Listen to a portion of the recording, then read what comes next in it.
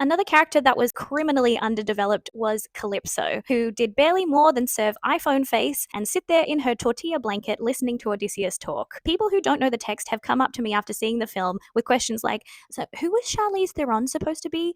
Are they in love? What happened with their love story? Where did that flower come from? How are they living like that? And how did she end up getting there? And when I explained to my husband, for example, that she's meant to be a goddess, he was surprised and pointed out that there was nothing that indicated that she was divine other than the fact that Odysseus aged over the 7 years, but she didn't. To the film's audience, she was just some random lady who found Odysseus, washed up on a beach, took him into her little hut, drugged him, and listened to his life story. Her outward appearance with her low blonde ponytail, as I've said in a few of my videos, is really giving suburban soccer mum who is experimenting with her fashion choices and having a fish netting and linen coastal aesthetic phase. But the fact that she had no motivations, no backstory, nothing interesting to say, she just sat and listened and looked hot, is such a crime, because not only does it leave an audience very confused with so many unanswered questions, it once again shows us that Nolan has no interest in developing his female characters. And for key elements that make the Odyssey what it is, gods, women, magic, and trickery, we are missing not only women, but also deities in this episode. In Book 5 of the poem, Athena, Zeus, and Hermes all play a role in making sure that Calypso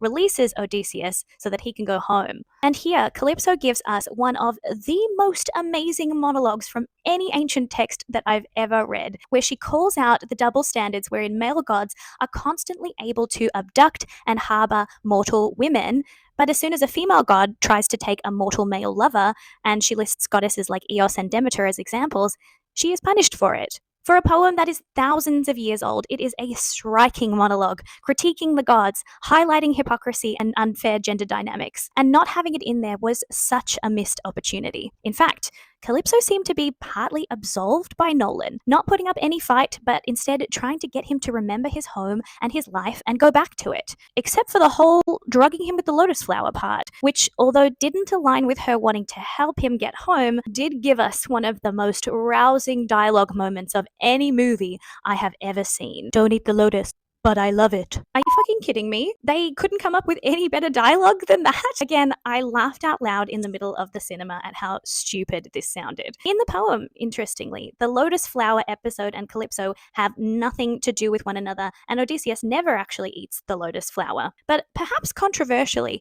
I didn't hate the idea to combine them here and to make the lotus flower a tool for Calypso. This could have been an opportunity to show Calypso's desire to keep Odysseus forever, to show her defiance and unwillingness to give him up, or to give her a shred of personality and some kind of characterization, but that opportunity was not taken.